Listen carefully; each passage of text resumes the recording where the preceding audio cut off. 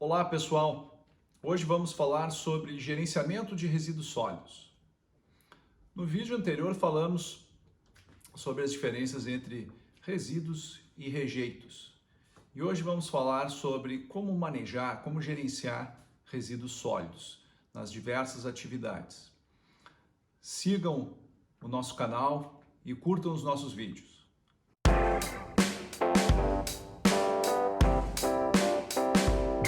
Em geral, quando viajamos, sempre comparamos lugares que a gente visita com os locais onde a gente mora, se o local é mais limpo, se o local é mais sujo, e algumas comparações são inevitáveis e estão relacionadas com o gerenciamento de resíduos.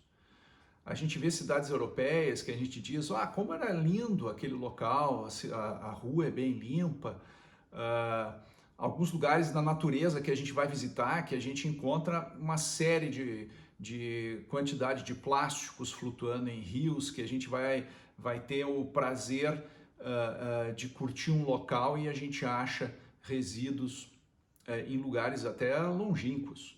Isso é totalmente relacionado ao gerenciamento de resíduos. Algumas cidades têm tecnologias e essas tecnologias facilitam no manejo de resíduos, facilitam no transporte, facilitam no descarte do resíduo. Algumas cidades aproveitam os resíduos para geração de energia, outras cidades simplesmente destinam os resíduos para aterros sanitários, às vezes até lixões. Então, gerenciamento de resíduos está diretamente relacionado com essas impressões que nós temos. No Brasil não é diferente. No Brasil, a gente ainda tem uma cultura de aterros sanitários e lixões, em que grande parte dos nossos resíduos é destinado para esses locais. Existe uma cultura no ser humano de que o nosso resíduo, o nosso lixo, tinha que sempre ser levado para longe de nós. Nós temos estudos em algumas cidades em que historicamente a gente vê que a cidade tinha transporte, seja ferroviário, que destinava o lixo do centro da cidade para locais mais distantes. Contudo, as cidades cresceram e aí foram ocupando locais que antigamente eram depositados os nossos rejeitos e o nosso resíduo. Hoje nós temos problemas ambientais, problemas de ocupação de territórios, porque nós temos em muitas áreas, principalmente áreas urbanas, lixo enterrado. Era uma prática, vamos mandar para longe de nós. E como o Brasil tem muita área territorial, a gente ainda consegue esconder isso, mas o lixo não desaparece, ele não cria pernas, ele não voa, ele então está enterrado em algum lugar ou a gente não encontrou ele ainda, mas uma hora ele aparece. O gerenciamento de resíduos, ele simplesmente definir a metodologia para se manejar o resíduo, o resíduo gerado numa empresa, numa atividade, numa construção e que requer toda a instrução de o que fazer com aquele resíduo gerado. O primeiro passo para o manejo de resíduos, um adequado manejo de resíduos, é montar um plano de gerenciamento de resíduos. Hoje nós temos planos solicitados, inclusive, nos processos de licenciamento ambiental, solicitados em práticas de ESG, planos de gerenciamento de resíduos que são diferenciados conforme os tipos de atividades. Nós temos plano de gerenciamento de resíduos da construção civil, nós temos plano de gerenciamento de resíduos de serviço da saúde. Então, cada tipo de atividade tem uma identificação com diferentes tipos de resíduos e requer um manejo diferenciado conforme a classificação dos tipos de resíduos. Nós temos inúmeras leis e normas no Brasil para classificar resíduos, para manejar resíduos, em que definem todos os procedimentos que devem ser seguidos.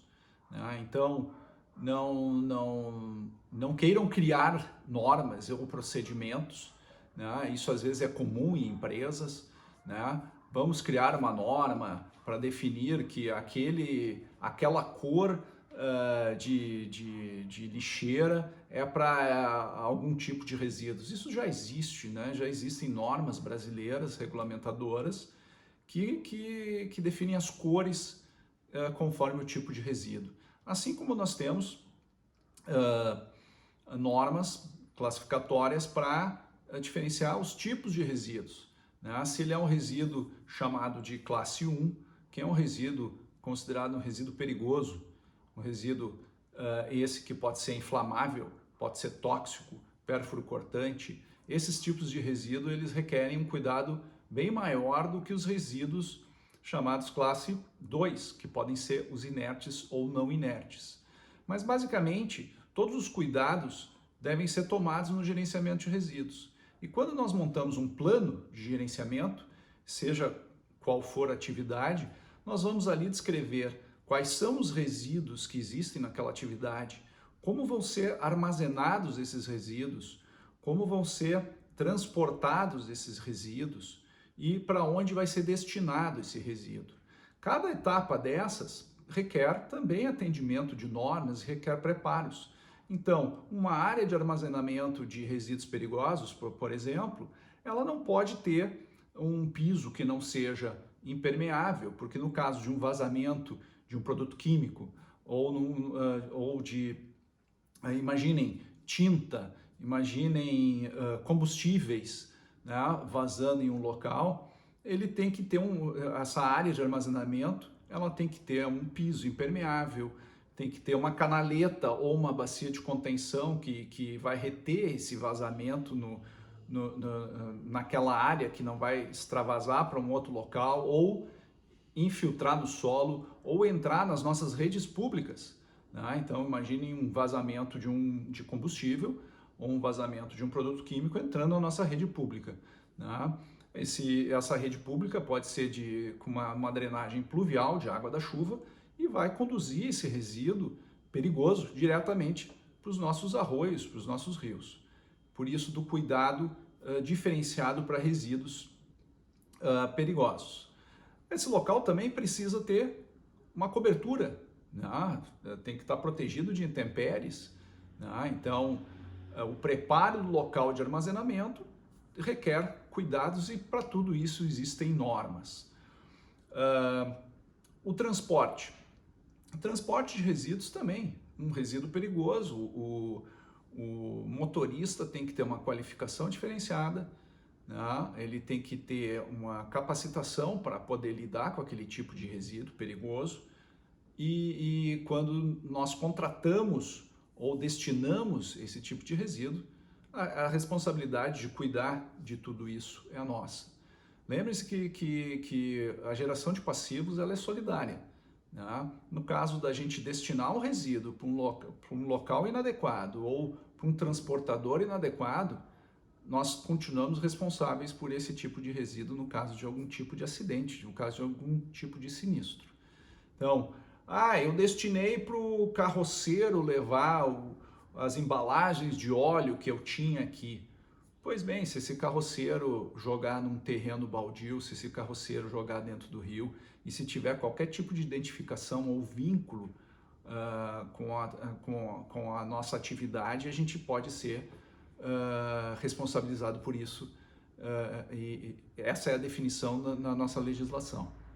Então, para o transporte de resíduos, nós temos que ter transportadores qualificados, licenciados, e a destinação desses resíduos também tem que ser destinada para locais que também têm as devidas documentações, licenciamentos para tratamento desse resíduo. Seja um tratamento que vai fazer a eliminação desse resíduo de alguma forma, então imaginem um tipo de incineração, um tipo de autoclavagem, em que os resíduos vão perder as suas características, vão deixar de ser perigosos, ou até para aterros sanitários que têm as suas respectivas licenças e que vão dar também esse tipo de tratamento ao resíduo gerado. Basicamente, tudo isso deve estar descrito num plano de gerenciamento de resíduos, para depois se ter a execução do plano da maneira correta. Isso não deixa de ser necessário para políticas públicas e para administração e gerenciamento de resíduos em empresas. Se vocês quiserem que nós façamos novos vídeos detalhando as classificações dos resíduos, as cores de identificação conforme tipo de resíduo, deixe a sua opinião nos comentários que nós vamos fazer novos vídeos.